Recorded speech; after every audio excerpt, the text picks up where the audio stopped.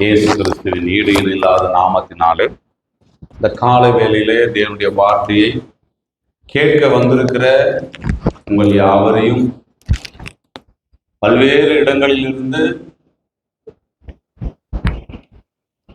CDC voice of God YouTube channel மூலமாக நம்முடைய பிரசங்கங்களை கேட்டுக்கொண்டிருக்கிற அன்பு சகோதர சகோதரிகளுக்காகவும் நான் ஆண்டவரை நன்றியோடு துதிக்கிறேன், உங்களை வாழ்த்தி வரவேற்கிறேன். பிரியமானவர்களே, இந்த நாளிலே மிக முக்கியமான ஒரு தலைப்பிலே நாம் கர்த்தருடைய வார்த்தையை தியானிக்க போகிறோம்.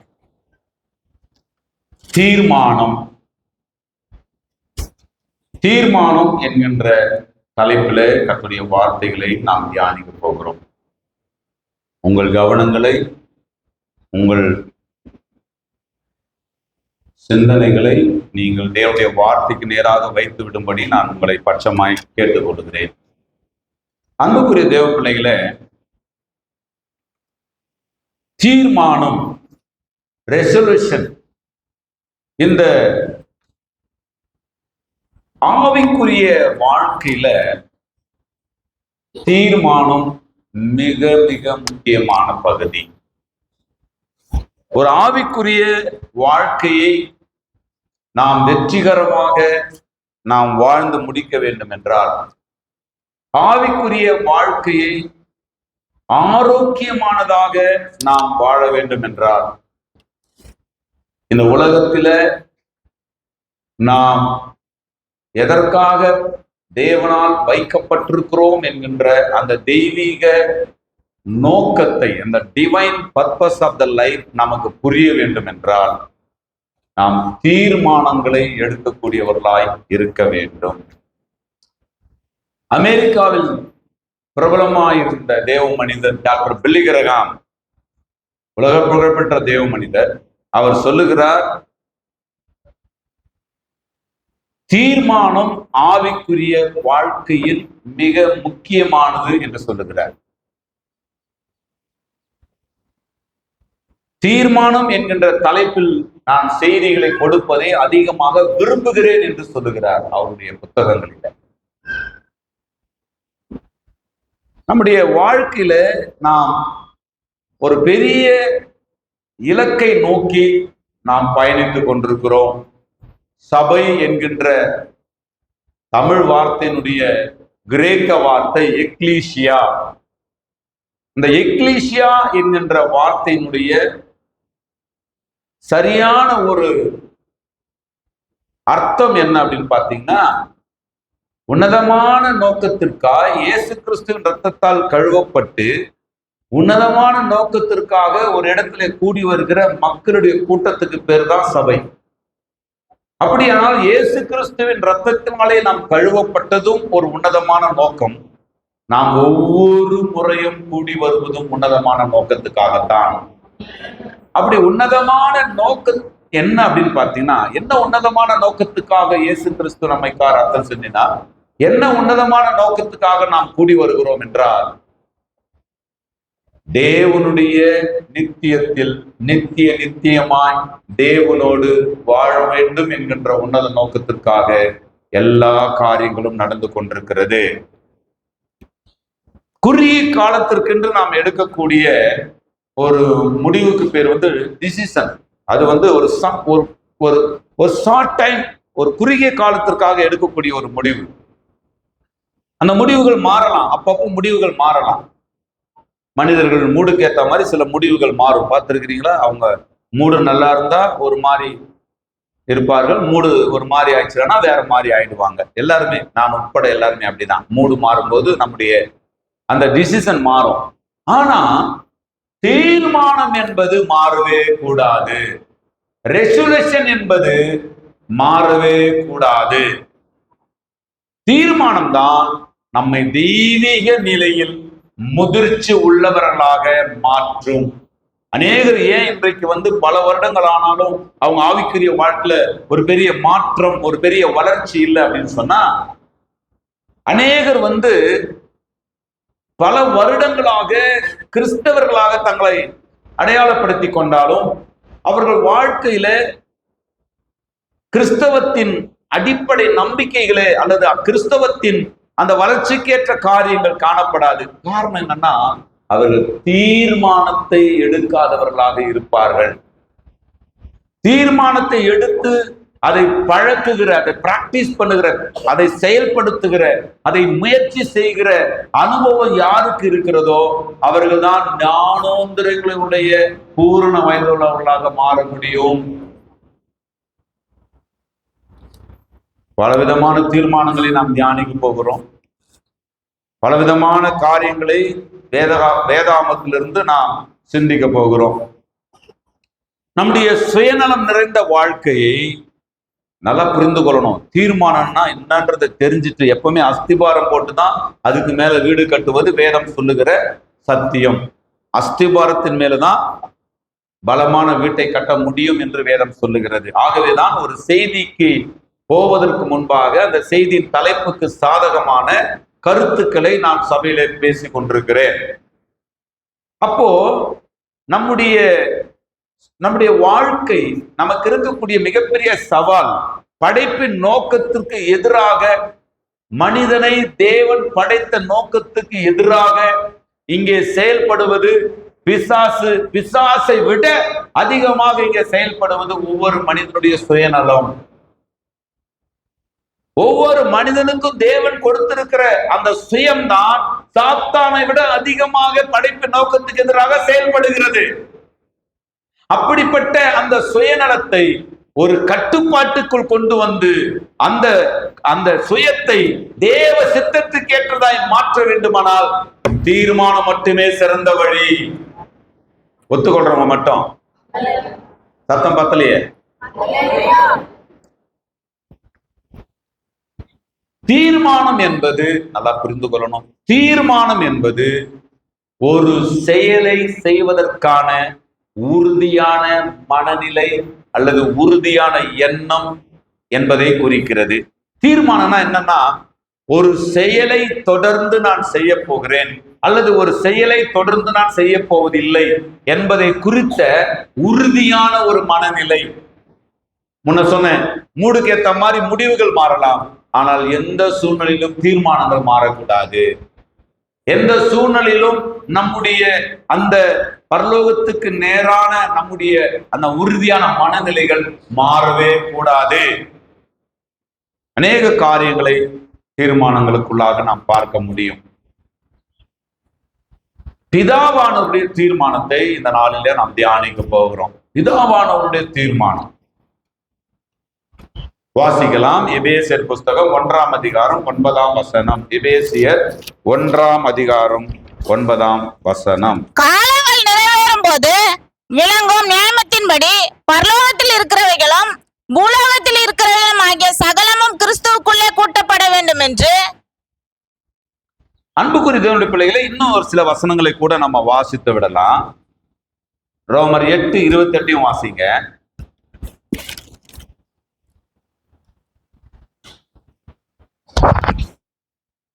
அன்றியும் அவருடைய தீர்மானத்தின்படி அழைக்கப்பட்டவர்களாய் தேவனிடத்தில் அன்பு கூறுகிறவர்களுக்கு சகலமும் நன்மைக்கு ஏதுவாக நடக்கிறது என்று அறிந்திருக்கிறோம். அதே போல எபிரேயர் 2ஆம் அதிகாரம் 10ஆம் வசனத்தை நாம் வாசித்திடலாம். எபிரேயர் 2:10. ஏனென்றால் தமக்காகவும் தம்மிலேயும் சகலத்தையும் உண்டாக்கினவர் அநேகம் பிள்ளைகளை மகிமையில் கொண்டு வந்து சேர்க்கையில் அவர்களுடைய ரட்சிப்பின் அதிபதியை உபத்திரவங்களினாலே பூரணப்படுத்துகிறது அவருக்கு ஏற்றதா இருந்தது. பிரியமானவர்களே, நாம் எபேசியர் 1ஆம் அதிகாரம் 9ஆம் 10ஆம் வசனங்களை வாசித்தோம். ரோமர் 8ஆம் அதிகாரம் 28ஆம் வசனத்தை வாசித்தோம். எபிரேயர் 2ஆம் அதிகாரம் 10ஆம் வசனத்தை நாம் வாசித்தோம். நன்றாய் புரிந்து கொள்ளுங்க. அதாவது ரோமர் 3:6 சொல்லப்பட்டிருக்கிறது, இப்பொழுது இந்த ரகசியம் அவருடைய பரிசுத்த அப்போஸ்தலருக்கும் தீர்க்கதரிசிகளுக்கும் ஆவியானவராலே வெளிப்படுத்தப்பட்டிருக்கிறது போல முற்காலங்களிலே மனிதருக்கு அறிவிக்கப்படவில்லை அல்லது வெளிப்படுத்தப்படவில்லை என்று சொல்லப்பட்டிருக்கிறது. என்ன ரகசியங்கள்? பவுல் அப்போஸ்தலனுக்கு ஆண்டவர் அநேக ரகசியங்களை வெளிப்படுத்தினார். ஆண்டவர் அநேக ரகசியங்களை பவுல் அப்போஸ்தலன் மூலமாக சபைக்கு வெளிப்படுத்தினார். சபையை கர்த்தர் இயேசுவானவர் சபையை ரத்தம் சிந்தி தொடங்கினாலும் கூட சபையை நடத்துவது ஆவியானவர் தான்.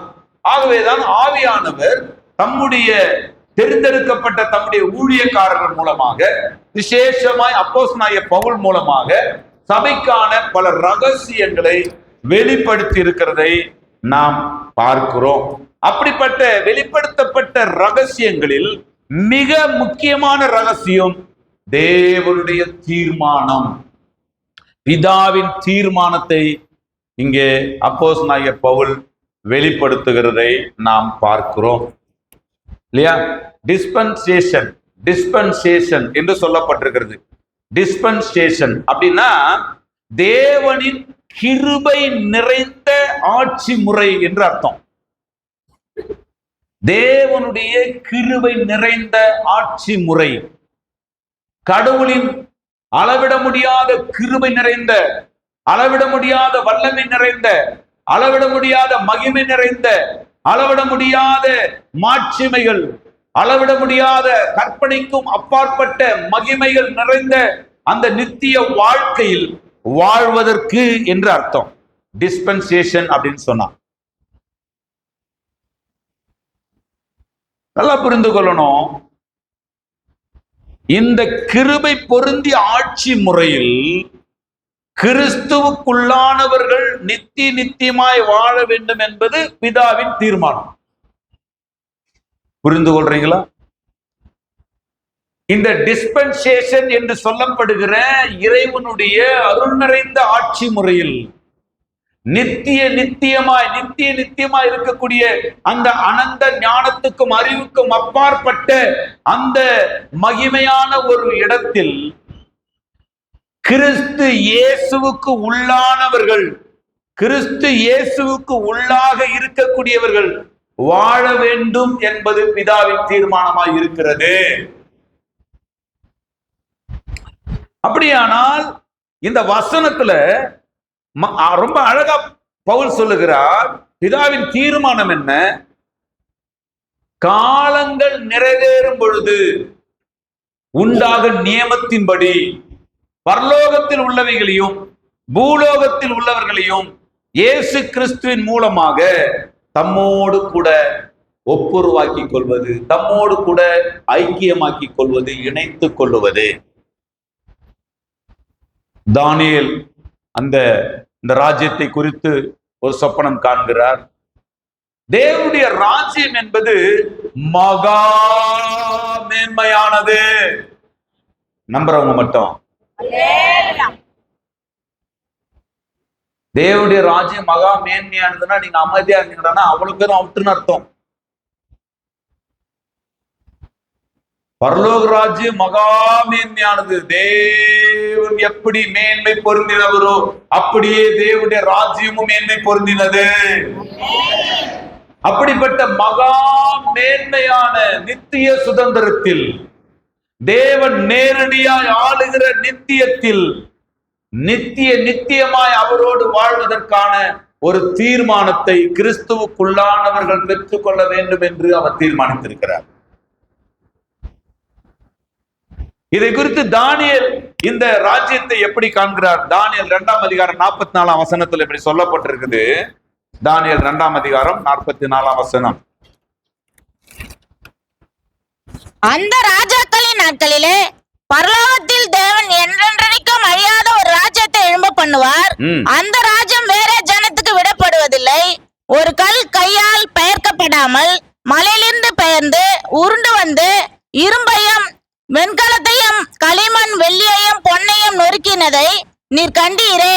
அப்படியே அது அந்த ராஜ்யங்களை எல்லாம் நொறுக்கி நிர்மூலமாக்கி தானோ முதல் பகுதியில பாருங்க, அந்த ராஜாக்களின் நாட்களிலே பரலோகத்தின் தேவன் என்றென்றைக்கும் அழியாத ஒரு ராஜ்யத்தை எழும்ப பண்ணுவார். அன்புக்குரிய சகோதரனே சகோதரியே, பிதாவானவர் தீர்மானித்திருக்கிறது என்ன தெரியுமா? அழிவே இல்லாத மகா கணம் பொருந்திய, மகா மேன்மை பொருந்திய, மகா மகிமை நிறைந்த, மகா மாட்சிமை நிறைந்த, மகா சந்தோஷம் நிறைந்த பேதுரு சொல்லும் பொழுது, அந்த ராஜ்யத்தை குறித்த சந்தோஷத்தை பேதுரு சொல்லும் பொழுது சொல்ல முடியாத சந்தோஷம் மகிமை நிறைந்தது என்று சொல்லுகிறார். மகிமையால் நிறைந்ததும் சொல்ல முடியாததுமான சந்தோஷம் என்று சொல்லுகிறார். அப்படியானால் அன்புக்குரியவர்களே, நானும் நீங்களும் எதை பெற்றுக்கொள்ள வேண்டும் என்று பிதாவானவர் தீர்மானித்திருக்கிறார் தெரியுமா? சாதாரண ஏதோ ஒரு உலக நன்மையை பெற்றுக்கொள்ள வேண்டும் என்பது மாத்திரமல்ல, ஏதோ கொஞ்ச நாள் இருந்து விட்டு ஒரு பூவை போல வாடி வதங்க போகிற இந்த உலகத்தின் நன்மையை பெற்றுக்கொள்ள வேண்டும் என்பதல்ல பிதாவின் தீர்மானம். பிதாவானவர் எதை தீர்மானித்திருக்கிறார் அதை யோசித்து பாருங்க. என்றென்றைக்கும் அழியாத ஒரு ராஜ்யம், மகா பெரிய ராஜ்யம், மகிமை நிறைந்த ராஜ்யம், தேவன் வாசம் பண்ண விரும்புகிற ராஜ்யம், நித்திய ராஜ்யம். இப்படிப்பட்ட மகா பெரிய நித்திய ராஜ்யத்தில நானும் நீங்களும் பங்கு கொள்ள வேண்டும் என்று பிதாவானவர் தீர்மானித்திருக்கிறார். ஆனா எப்பவுமே தீர்மானத்துக்கு நம்ம நல்லா புரிந்து கொள்ளணும், தீர்மானத்தை எடுத்தாலே அது நம்மளை பாதிக்கணும்.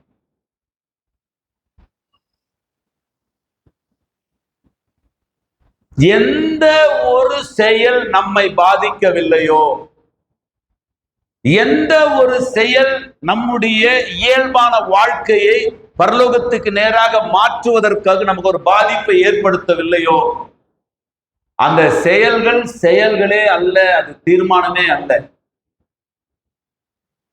உங்களுடைய ஜெப நேரம் உங்களை பாதிக்க வேண்டும். உங்களுடைய வேத வாசிப்பு உங்களை பாதிக்க வேண்டும். உங்களுடைய சுய கட்டுப்பாட்டு வாழ்க்கை உங்களை பாதிக்க வேண்டும். நினைச்ச நேரத்துக்கு தூங்கி நினைச்ச நேரத்துக்கு எஞ்சி கூடாது. ஆவிக்குரியவர்களுக்கு அது அழகல்ல. நினைச்சத பேசிட்டு நினைச்சத செய்யறது ஆவிக்குரியவர்களுக்கு அழகல்ல. ஒன்றை நீங்கள் செய்தால் அது உங்களை பாதிக்கிறதா இருக்கணும். பவுல் சொல்லுகிறார், எல்லாவற்றையும் அனுபவிக்க எனக்கு அதிகாரம் உண்டு, ஆனா எல்லாம் தகுதியாயிராது. எல்லாவற்றையும் பேசுறதுக்கு வாய் இருக்குது, ஆனா எல்லாத்தையும் நான் பேச மாட்டேன். எல்லாவற்றையும் செய்வதற்கு எனக்கு உரிமைகள் இருக்கிறது, வாய்ப்பும் இருக்கிறது, ஆனால் எல்லாத்தையும் நான் செய்ய மாட்டேன். ஏனென்றால் நன்றா புரிந்து கொள்ளணும், நாம் எடுக்கிற தீர்மானங்கள், பிதாவானவருடைய தீர்மானம் பிதாவை பாதித்தது. ஆகவேதான் எபிரேயர் 2:10 வாசித்தோம், என்றாலும் தமக்காகவும் தம்மாலேயும் அநேகம் பிள்ளைகளை மகிமையிலே கொண்டு வந்து சேர்க்கையில், இல்லையா, தமக்காகவும் தம்மாலேயும் சகலத்தை ஏற்படுத்தினவர் அநேகம் பிள்ளைகளை மகிமையிலே கொண்டு வந்து சேர்க்கையில் அவர்கள் ரட்சிப்பின் அதிபதியை உபத்திரவங்களினாலே பூர்ணப்படுத்துகிறது அவருக்கு ஏற்றதாய் இருந்தது. நன்றாக கவனித்து பாருங்க. ஒரு தீர்மானத்தை பிதா எடுத்தார். பிதா எடுத்த தீர்மானம் என்ன? பிதாவாகிய தேவன் எப்படிப்பட்ட மகிமையில் வாழ்கிறாரோ அப்படிப்பட்ட மகிமையிலே நானும் நீங்களும் வாழும்படிக்கு தீர்மானித்திருக்கிறார். அந்த மகிமையை வாஞ்சிக்கிறவங்க மட்டும் கரங்களை வைத்து அல்லேலூயா சொல்லுங்க பார்க்கலாம். பிதாவாகிய தேவன் அவருடைய மகிமையில் அவர் எப்படி நித்தியமானவராய் இருக்கிறாரோ அதே போல அவரோடு கூட மகிமையில் நித்தியமாய் வாழும்படிக்கு கிறிஸ்துவுக்குள்ளாக என்னையும் உங்களையும் தீர்மானித்திருக்கிறார். அப்படிப்பட்ட மகிமையான அந்த தீர்மானத்தை அவர் எடுத்ததினால அது பாதிப்பை உண்டாக்கினது. அவருக்கு அது பாதிப்பை உண்டாக்குச்சு. என்ன பாதிப்பு? தன்னுடைய நேச குமாரனை, தன்னுடைய ஒரே பேரான குமாரனை, தன்னுடைய செல்ல குமாரனை, இவர் என்னுடைய நேச குமாரன், நான் இவரில் பிரியமாயிருக்கிறேன் என்று சொல்லப்பட்ட அந்த தெய்வீக குமாரனை உபத்திரவப்படுத்தினார்.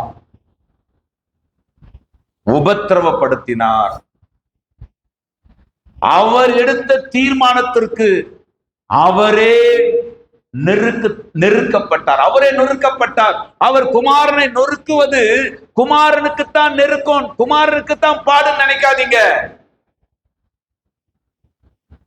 அநேக பிள்ளைகளை மகிமையிலே கொண்டு வந்து சேர்க்கையில் அவருக்கு நேசகுமாரனை உபத்திரவப்படுத்துவது எவ்வளவு பெரிய வேதனையா அவருக்கு இருந்திருக்கின்றது யோசித்து பாருங்க. அன்புக்குரிய சகோதரனே, நீங்கள் எடுக்கிற தீர்மானம் இன்னொருவரை பாதிக்கிறதா, உங்களை பாதிக்கிறதா? உங்கள் தீர்மானம் இன்னொருவரை பாதிக்கிறதா? உங்க மனைவியை பாதிக்க கூடாது உங்க தீர்மானம். உங்க தீர்மானம் உங்க கணவரை பாதிக்க கூடாது. உங்க தீர்மானம் உங்க பிள்ளைகளை பாதிக்க கூடாது.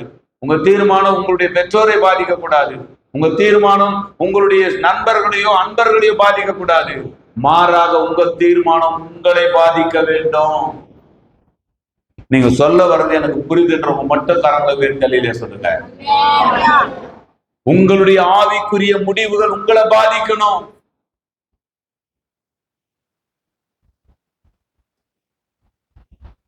அவரை நொறுக்கினார் என்றால் நொறுங்கிதான் நொறுக்கி இருக்க முடியும்.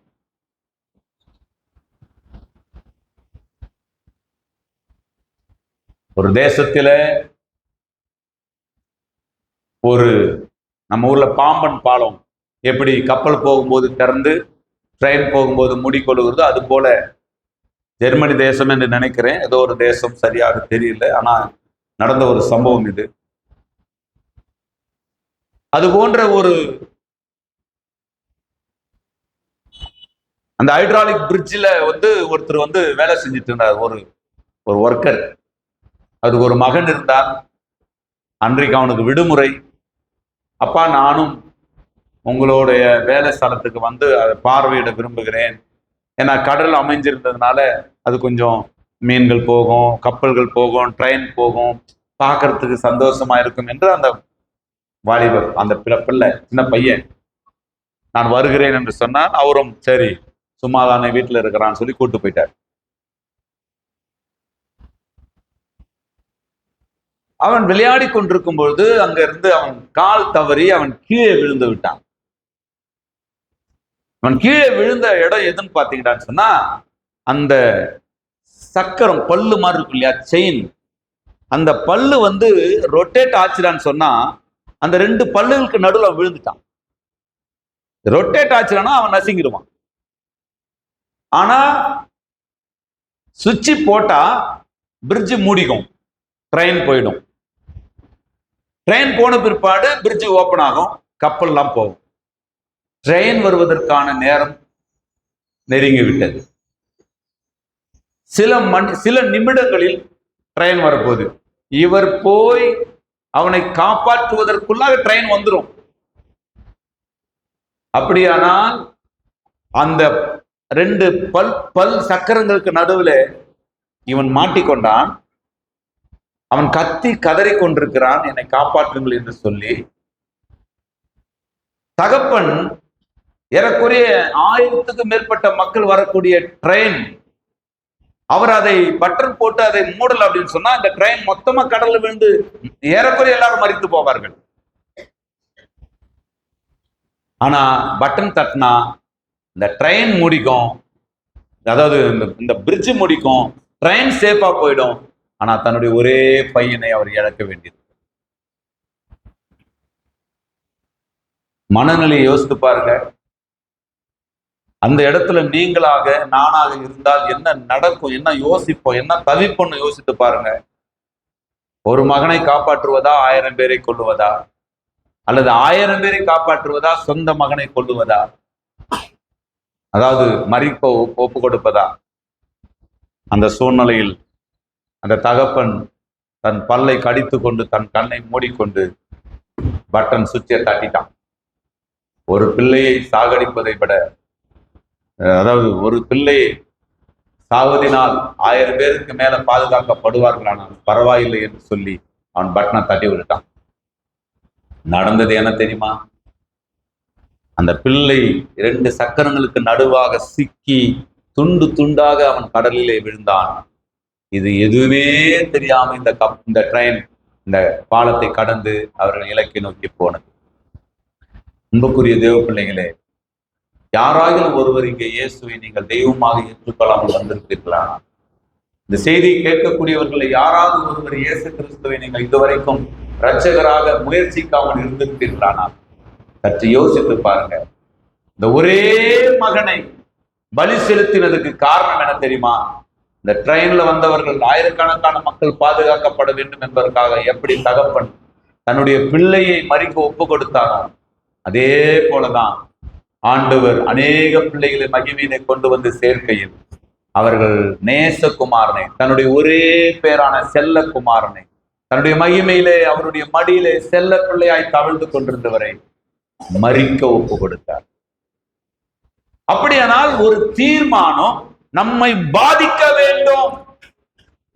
ஒரு ஆவிக்குரிய தீர்மானம் நம்முடைய சுய மனிதனை பாதிக்க வேண்டும்.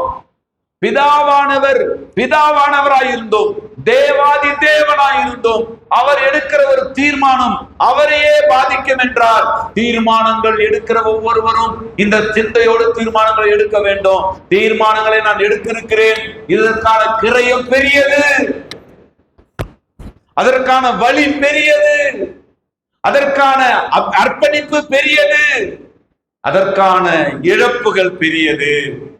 வாலிப பிள்ளைகள், நீங்கள் தீர்மானிக்கணும். உங்க விசுவாசத்தை உங்களுடைய வாழ்க்கையில நீங்கள் தீர்மானிக்கணும். உங்க பக்தி வைராக்கியத்தை நீங்க தீர்மானிக்கணும். சாத்ராக், மேஷாக், ஆபேத்நேகோ ஒரு தீர்மானம் எடுத்திருந்தார்கள். நாங்கள் விக்கிரகத்தனை பண்ண மாட்டோம், பின்னாட்கள் அது நம்ம தியானிக்க போகிறோம். அப்படியானால் அன்புக்குரிய தேவ பிள்ளைகளை, எப்படிப்பட்ட ராஜ்யத்திற்கு நாம் பிதாவாகிய தேவனால் இயேசு கிறிஸ்துவின் மூலமாய் தீர்மானிக்கப்பட்டிருக்கிறோம், ஆவியானவரால் ஆயத்தமாக்கப்படுகிறோம் என்றால், பிதாவானுடைய நித்திய ஆளுகை இருக்கக்கூடிய ராஜ்யம். நல்லா புரிந்து கொள்ளணும். பிதாவானவர் நேரடியாக ஆளப்போகிற நித்திய ராஜ்யத்தில் நானும் நீங்களும் நித்தியமாய் வாழப்போகிறோம்.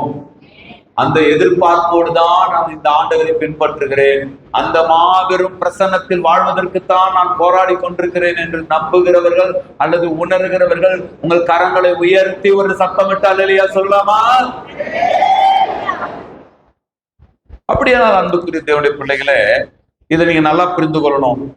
பிதாவாகி தேவனுடைய தீர்மானங்களை நாம் தியானித்துக் கொண்டிருக்கிறோம். பிதாவானவருடைய தீர்மானம் என்ன? பிதாவானுடைய தீர்மானம் என்ன? இயேசு கிறிஸ்துவின் மூலமாய் நித்தியமாய் அவரோடு கூட வாழ்வதற்கு அவர் நம்மை தீர்மானித்திருக்கிறார். அப்படி நித்தியமாய் நாம் தேவனோடு வாழ்வதற்கு அவர் எடுத்த தீர்மானத்திற்கு அவரே தியாகம் செய்ய வேண்டியிருந்தது. அப்படியானால் செய்தியினுடைய பொருள் என்ன, அல்லது செய்தியினுடைய பாயிண்ட் என்னன்னா, நாம் எடுக்கிற எந்த தீர்மானமும், வாலிபரே, சகோதர சகோதரிகளே, பிள்ளைகளே, பெரியோரே, நண்பனே, தோழனே, தோழியே, நீங்கள் எந்த தீர்மானத்தை எடுத்தாலும் அது உங்களை நெருக்க வேண்டும், நொறுக்க வேண்டும், பாதிக்க வேண்டும்.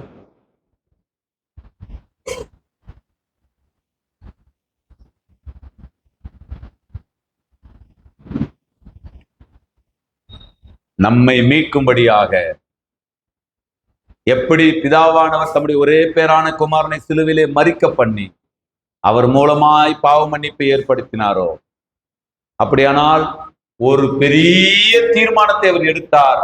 அதற்காக பெரிய தியாகத்தை அவர் செய்ய வேண்டியிருந்தது.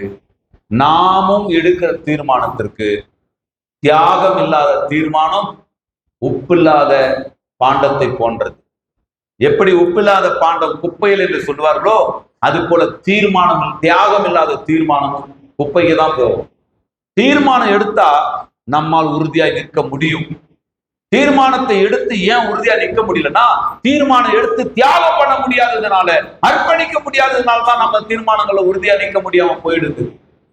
தீர்மானங்களில் நாம் உறுதியாய் நிற்க வேண்டுமானால் தியாகங்களை செய்து பழக வேண்டும். எனக்கு புரிதா? பிந்தின நித்தியத்தில் நாம் எல்லோருமே நல்லா புரிந்து கொள்ளணும். இது ஒரு தொடர் போதனை. பிந்தின நித்தியத்தில் நாம எல்லோருமே, அதாவது கிறிஸ்துவுக்குள்ளானவர்கள் மாத்திரம், முந்தின நித்தியத்தில் பிதாவானவரோடு இயேசுவானவர் எப்படி இருந்தாரோ அப்படி இருக்க போகிறோம்.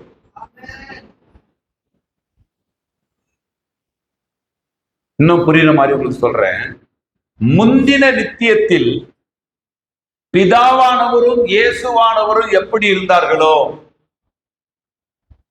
அதே போல பிந்தின நித்தியத்தில் நாம் தேவனோடு இருக்க போகிறோம்.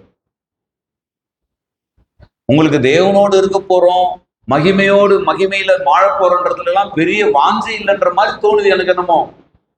இல்லையா அப்படி சொல்லிடாதீங்க ஐயா, நாங்க அதுக்காகத்தான் பல வருஷமா விசுவாசத்துல போராடிட்டு இருக்கிறோம். எந்த கிரயத்தை செலுத்தி ஆகிலும், எந்த பாடுபட்டாகிலும், எந்த காரியத்தை விட்டாகிலும், எந்த காரியங்களை பெற்றாகிலும், எந்த தியாகத்தை செய்தாகிலும் நித்திய நித்திய நித்திய நித்திய நித்திய நித்திய நித்தியமாய் நித்தியமான தேவனோடு நான் வாழ வேண்டும் என்று விரும்புகிறவர்கள் கரங்களை உயர்த்தி அல்லேலூயா சொல்லுவோம். எல்லா நேரத்திலையும் வரணும் இல்லையா? சரி, அப்படியானால் பிந்தின நித்தியத்தில் நாம எப்படி இருக்க போறோம்ன்றத நினைச்சீங்கன்னாவே நல்லா புரிந்து கொள்ளணும். இயேசுவானவர் தமக்கு முன்பாக இருந்த சந்தோஷத்தின் பொருட்டு அவமானத்தை எண்ணாமல் சிலுவையை சகித்தாராம். அப்படியானால் அவரும் அடுத்த தீர்மானம் இயேசுவின் தீர்மானம். அதை நாம பின்னாடி பார்க்க போறோம். இப்ப நம்ம பிதாவின் தீர்மானங்கள் தியானித்துக் கொண்டிருக்கிறோம். நமக்கு முன்பா இருக்கிற சந்தோஷத்தின் பொருட்டு நமக்கு இலக்கா இருக்கிற, நீங்க ஓடுறத பெருசா பார்க்காதீங்க, நீங்க போய் அடைய போறத பெருசா பாருங்க. நீங்க சிந்துகிற வேர்வையை நீங்க பெருசா பார்க்காதீங்க, அந்த வேர்வைக்கான வெற்றிகளை நீங்கள் பெருசா பாருங்க. நீங்கள் எனர்ஜி லாஸ் ஆகுது, ஐயோ தூரமா இருக்குது, ஐயோ எவ்வளவு கஷ்டமா இருக்குது, ஐயோ வேகமா ஓட வேண்டி இருக்குது, ஐயோ வேற எதையுமே சிந்திக்க முடியாம போயிடுது, அதேதான் நோக்கமா இருக்குதுன்னு சொல்லி நினைக்காதீங்க. நீங்க போய் பெற்று கொள்ள போகிற அந்த இலக்கு, நீங்கள் போய் பெற்றுக் கொள்ள போகிற அந்த மகிமை, நீங்கள் படுகிற பாடுகள், நீங்கள் இழக்கிற இழப்புகள், நீங்கள் செயல்படுத்துகிற செயல்கள், நீங்கள் கொடுக்கிற கொடுக்கதுகள் எல்லாவற்றை விட பல 1000 கோடி மடங்கு உயர்ந்தது. நான் இவ்வளவு கொடுத்தேன், நான் இவ்வளவு ஓடுனேன், நான் இவ்வளவு பிரயாசப்பட்டேன், நான் இவ்வளவு பாடுபட்டேன், நான் இவ்வளவு நேரத்தை கொடுத்தேன், நான் இவ்வளவு உடல் உழைப்பை கொடுத்தேன், ஆனா கடைசியில இதானா என்று சொல்லுகிறபடி அந்த மகிமை இருக்க போறதில்லை. மாறாக நாம் எவ்வளவு ஓடினாலும், எவ்வளவு உழைத்தாலும், எவ்வளவு பாடுபட்டாலும், எவ்வளவு தியாகம் பண்ணாலும் அதெல்லாம் ஒண்ணுமே இல்லை. நாம் பெற்றுக் கொள்ள போகிற மகிமை இந்த உலகத்தின் பாடுகளோடு ஒப்பிடத்தக்கவைகள் அல்லவே அல்ல. புரிஞ்சவங்க மாத்திரம், உண்மையா புரிஞ்சவங்க மாத்திரம். பிந்தின நித்தியத்தில் நான் எப்படி இருக்க போகிறேன், நீங்கள் எப்படி இருக்க போகிறீர்கள், கற்பனை. இதான் கற்பனை. இதை யோசிக்க, இதை தியானம் பண்ணிட்டு தூங்குங்க, இதை தியானம் பண்ணிட்டு டிராவல் பண்ணுங்க, இதை தியானம் பண்ணிட்டு உங்க வாழ்க்கையை நீங்கள் வாழ்ந்து கொண்டிருங்கள். பிந்தின நித்தியத்தில் நான் எப்படி இருக்க போறேன் தெரியுமா? முந்தின நித்தியத்தில் இயேசுவானவர் பிதாவாகிய தேவனோடு எப்படி செல்ல பிள்ளையா இருந்தாரோ, எப்படி அவருடைய மகிமையில ஒரே பேரானவராக இருந்தாரோ, அப்படியே நானும் பிந்தின நித்தியத்தில் இருக்க போகிறேன். அதைத்தான் 1 யோவான் 3:2 சொல்லுகிறது. பிரியமானவர்களே, இப்போது நாம் தேவனுடைய பிள்ளைகளா இருக்கிறோம். இனி எவ்விதமா இருப்போம் என்று இன்னும் வெளிப்பட. இப்ப பிள்ளைகள், இன்று பிள்ளைகள் நாளைய தேவர்கள்.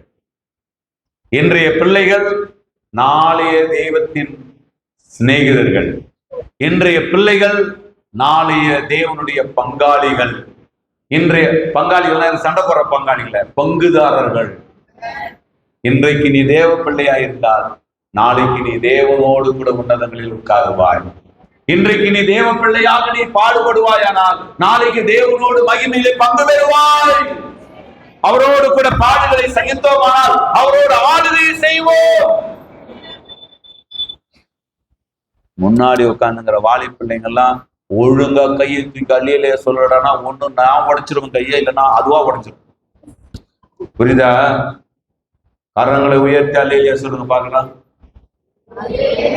சத்தமா சொல்லுங்க பார்க்கலாம். எப்போதும் அல்லேலூயா சொல்லும் பொழுது அல்லேலூயா இப்ப என்ன இப்பா அப்படின்ற மாதிரிலாம் சொல்லக்கூடாது. ஸ்தோத்திரம். எனக்கு தெரியும் நீங்க ரசிக்கிற மாதிரியான ஒரு ஊழியக்காரனா இல்லை, ஆனா கண்டிப்பா எனக்கு அதை விட பெரிய விஷயம் தெரியும். உங்களை கொண்டு போய் பரலோகத்துல சேர்க்காம விடுறதா நான் இல்லை. சிக்கனா சியோன் தான். புரிஞ்சவங்க புரிஞ்சீங்களா? புரியலையா? இருக்கிறீங்களா? கர்த்தருக்கு எப்படியே சிரிக்கிறாருப்பா, அவராவே சிரிச்சுக்கிறாரா, சிரிப்பு வருதோ இல்லையோ அவராவே சிரிச்சுக்கிறாரு அப்படின்றீங்களா? எப்படியோ சிரிச்சோ முறைச்சோ அழுதோ அடிச்சோ என்னவோ பண்ணி உங்களை கொண்டு போய் பரலோகத்துல சேர்த்துட்டு ஓட்டப்பந்தயம் உசேன் போல்ட்டை விட யாருப்பா ஒருத்தர் வேகமா ஓடிங்கிறாரு. ஏய் யாருப்பா அது? பக்கத்துல இருக்காங்க, நம்ம பாஸ்டரே தான், இவ்வளவு வேகமா ஓடுறாரு. எங்க ஓடுறாரு? நம்ம எல்லை இருக்கிற பக்கமாவே இருக்க மாட்டோம் ஓடுறாரு. அவ்வளவு வேகமா ஓடுறாரு, எங்கப்பா ஓடுறாரு? அவரு எப்பா போதும் எப்பா அப்படின்னு சொல்லிட்டு ஓடுறாரு, சிடிசி விட்டுட்டு ஓடுறாரு அப்படின்னு. இஸ் நல்லவர். பூமியில் இருக்கிற வரைக்கும் ஓடுற மாதிரி ஐடியா இல்லை. அப்படியே ஓடினாலும் ஒரிசாவுக்கு ஓடி ஓடியாங்கலான்னு ஒன்னும் கவலைப்படாதீங்க. இஸ் நல்லவர். சரி கவனிங்க அன்புக்குரிய தேவ பிள்ளைகளை, மறுபடியும் இந்த பாயிண்ட் நான் சொல்றேன்.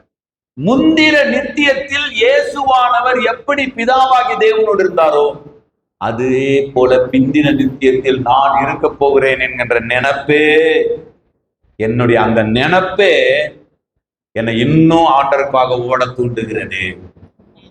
இன்னும் என்ன செய்யணும் சொல்லுங்க ஆண்டவரேன்னு சொல்ல தூண்டுகிறது. நம்ம எதையோ செஞ்சுட்டோம் ஆண்டவரே, ரொம்ப தூரம் தூக்கிட்டு வந்திருக்கிறேன் நான் இந்த சிலுவையை. இல்ல, நான் இப்ப தூக்கிட்டு வந்த தூரத்தை விட இன்னும் அதிக தூரம் நான் அந்த சிலுவை தூக்கிட்டு போக நான் விரும்புறேன். நான் இவ்வளவு வெயிட்ட தூக்கிட்டு நடக்கிறேன் ஆண்டவரே. மத்தவங்க எல்லாம் ஜாலியா இருக்கிற மாதிரி தெரியுது, மத்தவங்க எல்லாம் சின்ன ஒரு எல்லையில வாழ்ந்துட்டு சந்தோஷமா இருக்கிற மாதிரி தெரியுது, மத்தவங்க எல்லாம் சின்ன சின்ன இலைகளையே பெருசாயிடுறாங்க, நான் இவ்வளவு தூரத்துக்கு ஓடுறேன் அப்படின்ற அந்த தாட்டை இல்லப்பா. இன்னும் நான் உமக்காக ஓட விரும்புறேன், இன்னும் நான் சுமக்க விரும்புறேன், இன்னும் நான் இந்த பாடங்களை ஏற்றுக்கொள்ள விரும்புகிறேன், இன்னும் நான் என்ன செய்ய நீர் சித்தமா இருக்கிறீரோ அதை செய்வதற்கு என்னை தத்தம் செய்ய அர்ப்பணிக்க விரும்புகிறேன். எப்ப இந்த மேலான உணர்வு வருகிறான்னு சொன்னா, நான் பிந்தின நித்தியத்தில் எப்படி இருக்க போகிறேன். முந்தின நித்தியத்தில் இயேசுவானவர் பிதாவானவரோடு இருந்ததை போல பிந்தின நித்தியத்தில் நான் இருக்க போகிறேன், அதுவும் நித்தியமா இருக்க போகிறேன் என்று நினைக்கும் பொழுது என்னுள்ளம் துள்ளுதம்மா. பேண்ட யாராவது தட்டுங்கப்பா, எல்லாரும் சேர்ந்து இயேசு என்னோடு இருப்பதை நினைச்சிட்டா என்னுள்ளம் துள்ளுதையா. சத்தமாயா, என்னுள்ளம் துள்ளுதம்மா, நன்றி என்று சொல்லுதம்மா.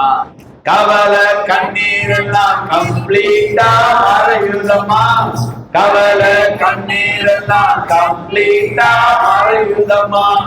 பாடுகள் சிலுவையெல்லாம் இனிமையாய் தோன்றுதம்மா, பாடுகள் சிலுவையெல்லாம் அகிலமான தெய்வம் என் அன்பு இயேசு தெய்வம். ஆமென். சத்தமா இயேசு என்னோடு இருப்பதை நினைச்சிட்டா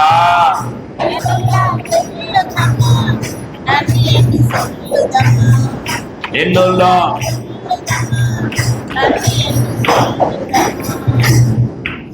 நம்ம சபையில ஒரு கருத்தை நம்ம கத்து கொடுத்திருக்கிறோம். நான் யார்? யாராவது கரெக்டா சொல்லுங்க பார்க்கலாம். நான் யார்? நித்தியமான தேவனால் நித்தியமாய் வாழும்படி நித்தியத்தில் தீர்மானிக்கப்பட்ட நித்தியமானவன் பீட்டர் ராஜ். எல்லாரும் வாய் திறக்க போறீங்க. நித்தியமான தேவனால் நித்தியமாய் வாழும்படி நித்தியத்தில் தீர்மானிக்கப்பட்ட நித்தியமானவன். உங்க பேர் சொல்லுங்க, எல்லாரும் சேர்ந்து சொல்லுங்க. நித்தியமானவன் பீட்டர் ராஜ். நீங்களே பீட்டர் வாய்ப்பு சொல்லிட்டு பீட்டர் ராஜ் அது சொல்ல விட நம்ம ஒரு ஆர்வம் கிடைச்சிச்சு. நம்ம ஐயா எப்ப பார்த்தாலும் ஐயா பாதர் பாஸ்டர், ஐயா பாதர் பாஸ்டர் பிரதர் சொல்லிக்கிறோம். பேர் சொல்றதுக்கு ஒரு வாய்ப்பு கிடைச்சிச்சு. சத்தமா சொல்லுவோம். என் பேரை சொல்லாதீங்க, சத்தமா உங்க பேர் சொல்லுவாங்களா. நித்தியமான தேவனால் நித்தியமாய் வாழும்படிக்கு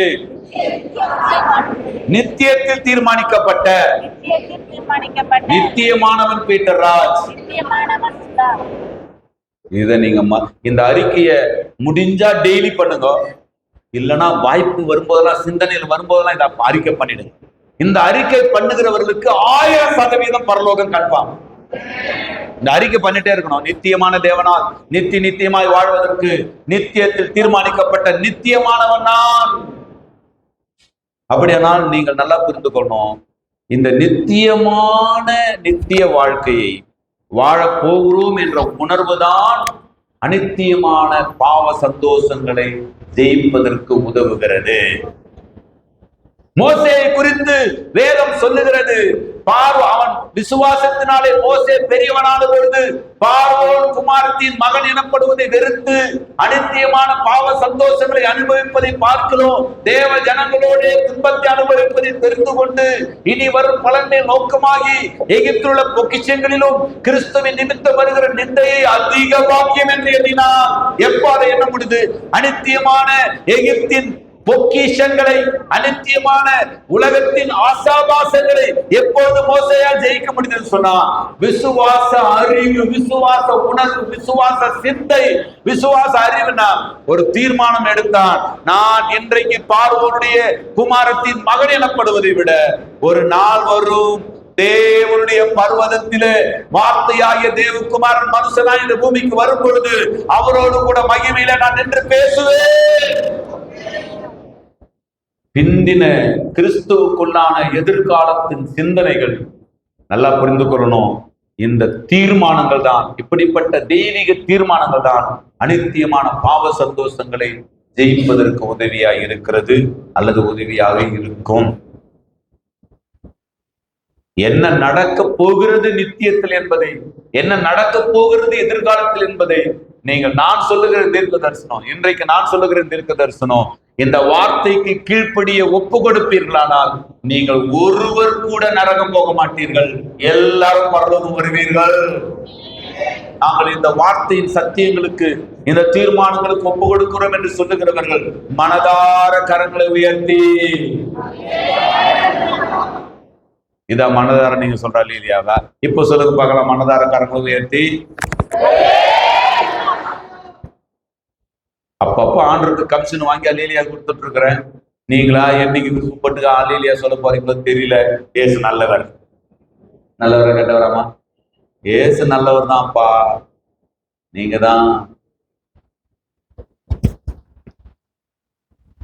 அவர் ரொம்ப ரொம்ப நல்லவர், நாங்க நல்லவங்க.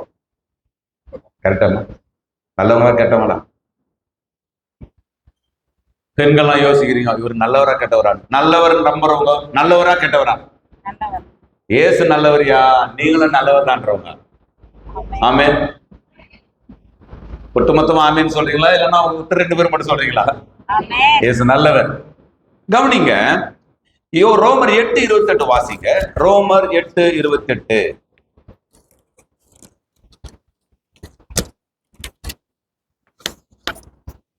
அன்றியும் அவருடைய தீர்மானத்தின்படி அழைக்கப்பட்டவர்களாய் தேவனிடத்தில் அன்பு கூறுகிறவர்களுக்கு சகலமும் நன்மைக்கு ஏதுவாக நடக்கிறது என்று அறிந்திருக்கிறோம். நல்லா புரிந்து கொள்ளுங்க. நீண்ட தூரத்திற்கான ஒரு முடிவில்லாத வாழ்க்கையை நான் வாழ தேவன் தீர்மானித்து விட்டார் என்ற அறிவு ரொம்ப முக்கியம். அப்போ நல்லா புரிந்து கொள்ளுங்க, நல்லா புரிந்து கொள்ளுங்க. நான் தேவன் தீர்மானித்ததை நான் உங்களுக்கு சொல்றேன் பாருங்க. நான் உங்களுக்கு சொன்ன பாயிண்ட் உங்களால் உணர முடியுதா? முந்தின நித்தியத்தில் இயேசுவானவர் எப்படி இருந்தாருங்க? ஒரே பேரான குமாரன். பிந்தின நித்தியத்துல அந்த ஸ்தானத்துக்கு யாரு போக போறது? அதே மாதிரி யாரு இருக்க போறது?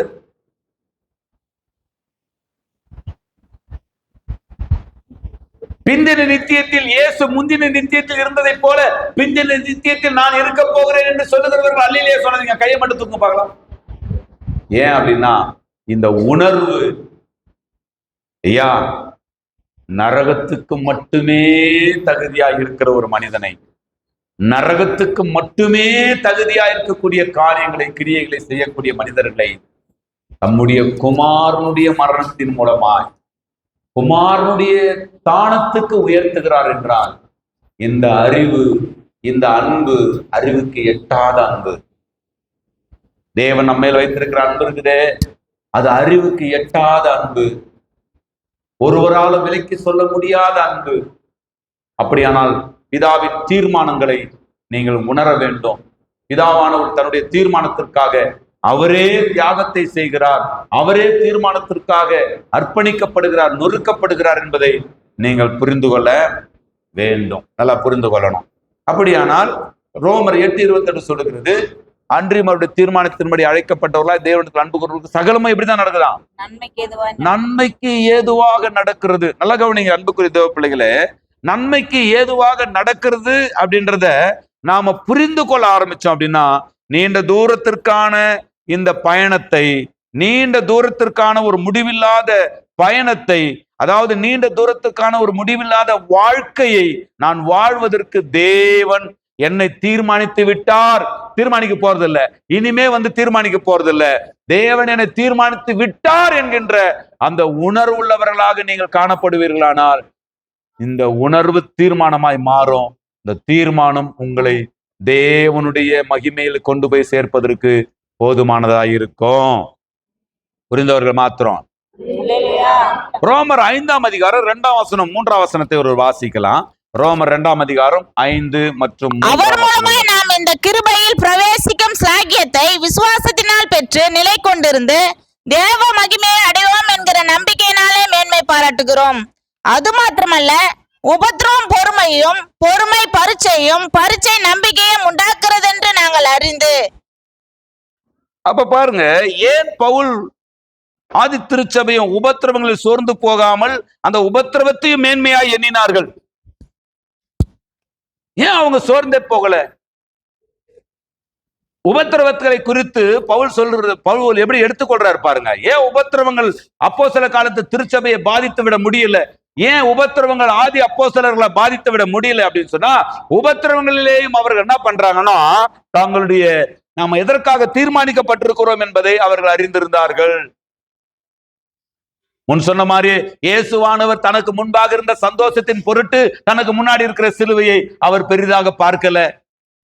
அப்படியானால் அவர் தம்முடைய சந்ததியை பார்த்தார். ஒரு பிரசவிக்கிற ஸ்திரீ தன்னுடைய வலிகளை பெருசாய் பார்க்கிறத விட பிள்ளையை பெரிதாக பார்ப்பதினால் அந்த வலியை ஏற்றுக்கொள்கிறதை போல ஆண்டவர் தம்முடைய சந்ததிகளை பார்த்து சிலுவையை ஏற்றுக்கொண்டதை போல அப்போஸ்தலர்களும் அப்போஸ்தல காலத்து திருச்சபையும் தங்களுக்கு முன்பாக இருந்த ஆண்டவர் தங்களை நியமித்து வைத்திருக்கிற அந்த மகிமையை குறித்த சிந்தை அவர்கள் எண்ணங்களில் இருந்ததுனாலதான் அவர்கள் மரிப்பதற்கும் துணிந்திருந்தார்கள்.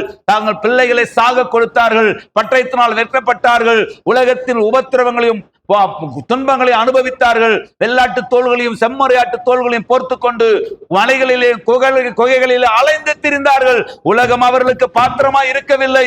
உலகத்தின் எந்த உபத்திரமோ மேன்மையோ வீழ்ச்சியோ எழுச்சியோ உயர்வோ தாழ்வோ அப்போஸ்தலர் காலத்து மக்களையோ அப்போஸ்தலர்களை பாதிக்காமல் இருந்ததற்கு காரணம் அவர்கள் தாங்கள் எதற்காக முன்குறிக்கப்பட்டிருக்கிறோம் என்பதை குறித்த தெளிவுள்ளவர்களாய் இருந்தார்கள். இன்றைக்கு நீங்களும் நானும் எதற்காக நித்தியமான தேவனால் நித்தியமாய் வாழும்படி கிறிஸ்துவுக்குள்ளாக தீர்மானிக்கப்பட்டிருக்கிறோம் என்பதை நாம் உணர்வோமானால், உணர்ந்து கொண்டே இருப்போமானால், இந்த உலகத்தின் எந்த மாற்றங்களும் எளிமையானது, இந்த உலகத்தின் எந்த தெய்வீக காரியங்களும் நமக்கு சாதகமானதாய் மாறிவிடும். தேவ மகிமை நாம் அடைய வேண்டும் என்று தேவன் தீர்மானித்து செயல்படுகிறார். பவுலை போல நாமும் தேவ மகிமை அடைவோம் என்கிற நம்பிக்கையில உறுதியாக இருந்து செயல்பட வேண்டும். அப்போஸ்தலர் காலத்து மக்கள் சிதறி போனவர்கள் எங்கும் தெரிந்து சுவிசேஷத்தை சொன்னார்களாம். உலகத்தின் எந்த பாதிப்பினாலும் அவர்கள் பாதிக்கப்படல. காரணம் என்னன்னா, அவங்க ஒரு காரியத்தை விசுவாசித்தார்கள். என்ன விசுவாசித்தார்கள்? எதற்காக இயேசு கிறிஸ்துவின் மூலமாக பிதாவாகிய தேவன் தங்களை தீர்மானித்து வைத்திருக்கிறார் என்பதை அவர்கள் உணர்ந்தார்கள். அந்த காரியங்களை உணர்ந்து கொண்டே இருந்தார்கள். சபையே, நீங்கள் ஒரு முதிர்ச்சியான தெய்வீக வாழ்க்கை வாழ வேண்டுமானால், நீங்கள் ஒரு வலிமையான கிறிஸ்தவ வாழ்க்கையை வாழ வேண்டுமானால், நீங்கள் ஒரு உறுதியான தெய்வீக வாழ்க்கையை நீங்கள் வாழ வேண்டுமானால், உங்கள் வாழ்க்கையிலே நீங்கள் தீர்மானங்களை எடுத்து பழகணும்.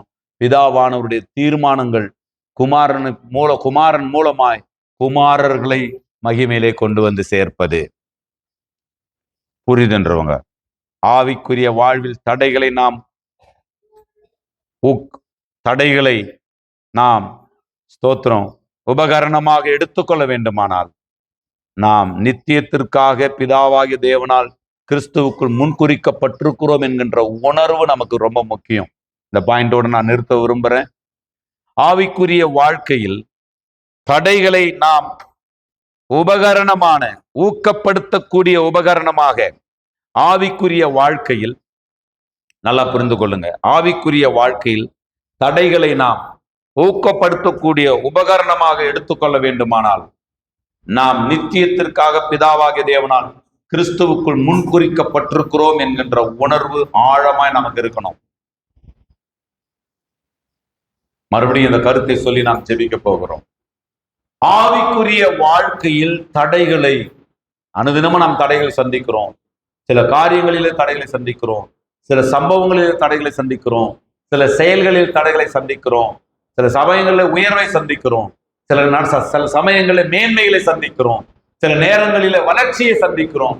ஆனால் இந்த உபத்திரவமோ பாடுகளோ மேன்மையோ வளர்ச்சியோ நம்மை பாதித்து விடாதபடிக்கு உபத்திரவங்களிலேயும் நாம் மகிமையிலே மாத்திரம் நாம் மகிமைப்படல, உபத்திரவங்களிலேயே நாங்கள் மேன்மை பாராட்டுகிறோம். ஏன்னு சொன்னா நாங்கள் ஆவிக்குரிய வாழ்க்கையின் தடைகளை ஆவிக்குரிய வாழ்க்கையின் ஊக்கமாக, ஆவிக்குரிய வாழ்க்கையின் உபகரணமாக நாம் எடுத்துக்கொள்ள வேண்டுமானால் நாம் நித்தியத்திற்காக பிதாவாகிய தேவனால் இயேசு கிறிஸ்துவின் மூலமாக முன்குறிக்கப்பட்டு ஆவியானவரால் நித்தியத்திற்கு நேராக நடத்தப்படுகிறோம் என்கின்ற உணர்வு நமக்கு இருந்து கொண்டே இருக்க வேண்டும். புரிஞ்சவங்க மாத்திரம் எழுந்து நில்லுங்க. எனக்கு புரிந்தது இந்த சத்தியன்றவங்க எழுந்து நில்லுங்க.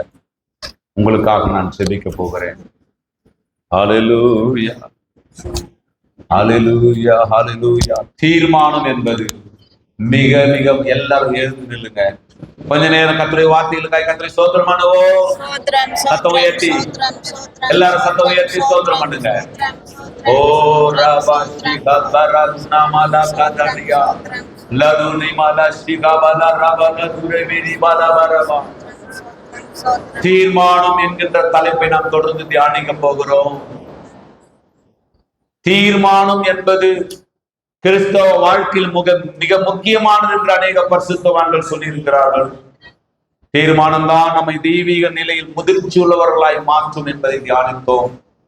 தீர்மானம் தான் நம்முடைய சுயநலமான வாழ்க்கையை கட்டுப்படுத்தி தேவனுக்கு நேராக நம்மை ஒழுங்குபடுத்தும் என்று நாம் தியானித்தோம். தீர்மானம் என்பது ஒரு காரியத்தை குறித்த உறுதியான முடிவு என்பதை நாம் தியானித்தோம். பிதாவாகிய தேவன் ஒரு தீர்மானத்தை எடுத்திருக்கிறார். என்ன பிதாவாகிய தேவனுடைய தீர்மானம்? காலங்கள் நிறைவேறும் பொழுது, எபேசியர் 1:9 சொல்லப்பட்டிருக்கிறது, காலங்கள் நிறைவேறும் பொழுது உண்டாக நியமத்தின்படி பரலோகத்தில் உள்ளவைகளையும் பூலோகத்தில் உள்ளவைகளையும் இயேசு கிறிஸ்துவின் மூலமாய் தம்மோடு கூட நித்தியமாய் சேர்த்து கொள்ள வேண்டும் என்பது அவருடைய தீர்மானம். அந்த தீர்மானத்திற்குள்ளாக யாரெல்லாம் இயேசு கிறிஸ்துவை ஏற்றுக்கொள்ளுகிறார்களோ, யாரெல்லாம் இயேசு கிறிஸ்துவின் ரத்தத்தால் கழுவப்படுகிறார்களோ, யாரெல்லாம் இயேசு கிறிஸ்துவை சொந்த தெய்வமாக விசுவாசிக்கிறார்களோ, அவர்கள் எல்லாம் அவருடைய மரணத்தின் மூலமாக பிதாவாகிய தேவனுடைய ஒப்புரவாக்கப்படுகிறேன். ஒரு மனிதன் தன் பிள்ளையை இப்படி மறிக்க ஒப்பு கொடுத்து அநேக மக்களை காப்பாற்றினானோ, அதே போல பிதாவானவர் தீர்மானித்தார், நம்ம எல்லாம் மகிமையிலே கொண்டு வந்து சேர்க்க வேண்டும் என்று தீர்மானித்து தம்முடைய சொந்த குமாரனை உபத்திரவப்படுத்தினார், பாடுகளுக்கு உட்படுத்தினார், அவரை நொறுக்கினார். அவருடைய பாடு மரணத்தின் மூலமாக நாம் பிதாவே, அப்பா, பிதாவே என்று கூப்பிடப்படுகிற புத்திர சுவிகாரத்தில் ஆவியை பெற்றது மாத்திரமல்ல, அவரோடு கூட நித்தியமாய் கிறிஸ்து முந்தின நித்தியத்தில் இருந்ததை போலவே பிந்தின நித்தியத்திலே வாழும்படியான ஸ்லாக்கியத்தை பெற்றிருக்கிறோம். இந்த மகிமையான ராஜ்யத்தில் பங்கு பெறுவதற்காக நாம் போராடி கொண்டிருக்கிறோம். பிதாவானவர் இதுக்கு நேராக நம்மளை தீர்மானித்திருக்கிறார். நித்தியமாகிய தேவனால் நித்தியத்தில் நித்தியமாய் வாழ்படிக்கு நித்தியத்தில் தீர்மானிக்கப்பட்ட நித்தியமானவன் நான் என்கின்ற உணர்வு மிக மிக முக்கியம். பெரியமானவர்களே, நீண்ட தூரத்திற்கான ஒரு பயணம் இது. நீண்ட தூரத்துக்கான இந்த பயணத்திலே நாம் உறுதியாய் நின்று வாழ வேண்டுமானால் நாம் தீர்மானிக்கப்பட்டிருக்கிறோம் தேவனால் என்கின்ற உணர்வு ரொம்ப முக்கியம். அந்த தீர்மானம் அவரையே பாதிக்கிறது என்றால் நாம் எடுக்கிற தீர்மானங்களும் நம்மளை பாதிக்க வேண்டும். நாம் எடுக்கிற தீர்மானங்கள் நம்மை தியாகம் செய்ய வைக்க வேண்டும். இன்றைக்கு கர்த்தருடைய சமூகத்துல பிதாவானவர் தன்னுடைய தீர்மானத்திற்காக அவரே நெருக்கப்படுவாராம், அவரே நொறுக்கப்படுவாராம், அவருக்கே அது பாதிப்பை உண்டாக்குமானால் இன்றைக்கு நாம் என்ன தீர்மானம் எடுக்க போகிறோம்? நித்தியமாய் நித்தியத்துல வாழும்படிக்கு இயேசு கிறிஸ்துவின் மூலமாக நான் முன்குறிக்கப்பட்டிருக்கிறேன் என்கின்ற உணர்வோடு ஒவ்வொரு தீர்மானத்தையும் எடுத்து நாம் பழகுவோம். தகப்பனே, நம்முடைய ஜனங்களை ஆண்டவரே ஸ்தோத்திரம், நாங்கள் ஆசீர்வதிக்கிறோம். ஆண்டவரே ஸ்தோத்திரம், இயேசு கிறிஸ்துவின் மூலமாக நித்தியமாய் நாங்கள் நித்தியத்தில் வாழும்படிக்கு நீர் தீர்மானித்தீர். உம்முடைய நித்தியத்திலே நாங்கள் வாழ வேண்டும் என்ற தீர்மானத்திற்கு நீரே நெருக்கப்பட்டு, நீரே நொறுக்கப்பட்டு, நீர் குமாரனை நொறுக்கினீர் என்று வாசிக்கிறோம். ஆண்டவரே ஸ்தோத்திரம், ஏசாயா 53:10 கர்த்தர் அவரை நொறுக்க சித்தமானார் என்று பார்க்கிறோம். அவர் நொறுங்கிதான் நொறுக்க முடியும் என்பதை நாங்கள் உணர்கிறோம். ஆண்டவரே, எந்த ஒரு கிரயத்தையும் செலுத்தாமல் நாங்கள் தீர்மானம் எடுக்க கூடாது என்பதை நாங்கள் இன்றைக்கு முடிவெடுக்கிறோம். ஆண்டவரே, நீர் எங்களுக்கு உதவி செய்வீராக. நம்முடைய ஆவியானவர் எங்களுக்கு உதவி செய்வாராக. எங்கள் பலவீனங்களில் நம்முடைய பலன் பூரணமாய் விளங்குவதாக. ஆண்டவர், இப்படிப்பட்ட பரலோகத்தின் தீர்மானங்கள் தான் எங்களை இந்த பூமிக்குரிய காரியங்களில் இருந்து முற்றிலுமாய் விடுதலையாக்கி பரலோகத்துக்குரிய மகிமை பொருந்தினவர்களாக எங்களை மாற்றம் என்பதை நாங்கள் அறிந்து கொண்டு எங்களுக்கு உதவி செய்வீராக. ஒவ்வொரு நாளும் எங்களை நடந்தும் நாமத்தை மையப்படுத்தும், தலைகளை மாற்றும். எல்லா மகிமை கனத்தை துதி ஸ்தோத்திரத்தையும் ஒருவருக்கே செலுத்தி ஆராதனைகளிலும் ஆண்டவரே நீர் மகிமைப்படும்படியாய் நாங்கள் செபிக்கிறோம். பெரிய காரியங்களை செய்யும், பெரிய காரியங்களுக்கு நேராக நடத்தும். ஆண்டவரே, இந்த வார்த்தைகளை சமீபத்திலும் தூரத்தில் இருந்து கேட்கிற எல்லா சகோதர சகோதரிகளையும், சிறியோரையும் பெரியோரையும் இயேசு கிறிஸ்துவின் நாமத்திலே ஆசீர்வதியும். ஆண்டவரே, அவருடைய குடும்பங்களிலே நன்மைகள் கிருபைகளும் தொடரட்டும். ஆண்டவரே, இப்படி எல்லைகளிலே சமாதானம் சந்தோஷம் உண்டாகட்டும். ஆண்டவரே, பாதை பொல்லாப்பு நோய் நொடி பாவம் சாப நாச மோசங்கள் விலகட்டும். இயேசுவின் நாமத்தில் நீர் மகிமைப்படும், உமக்குள் எங்களை மகிழ்ச்சிப்படுத்தும். துதிகன மகிமை ஸ்தோத்திரம் எல்லாம் ஒருவருக்கே இயேசு கிறிஸ்துவின் மூலமா ஜெபித்தோம். ஜெபங்களை கேட்டீர் ஜீவனுள்ள நல்ல பிதாவே. சத்தம் உயர்த்தி எல்லாரும் சொல்லலாம். என் ஆத்துமாவே கர்த்தரை ஸ்தோத்திரி, என் உள்ளமே அவருடைய பரிசுத்த நாமத்தை ஸ்தோத்திரி. என் ஆத்துமாவே கர்த்தரை ஸ்தோத்திரி, கர்த்தர் செய்த சகல உபகாரங்களையும் மறவாதே. ஆமென். நம்முடைய கர்த்தராய் இருக்கிற இயேசு கிறிஸ்துவினுடைய கிருபையும் பிதாவாகிய தேவனுடைய அன்பும் பரிசுத்த ஆவியானவருடைய அன்யோன்ய ஐக்கிய வழிநடத்துதலும் சமாதானம் நம் அனைவரோடும் சகல பரிசுத்தவான்களோடும் என்றென்றைக்குமாய் தங்கியிருப்பதாக. அல்லேலூயா, அல்லேலூயா, அல்லேலூயா. உங்கள் ஒவ்வொருவரையும் ஆசீர்வதிப்பாராக. ஒருவர் வாழ்த்திக் கொள்ளுங்கள். கர்த்தர் உங்களை ஆசீர்வதிப்பாராக.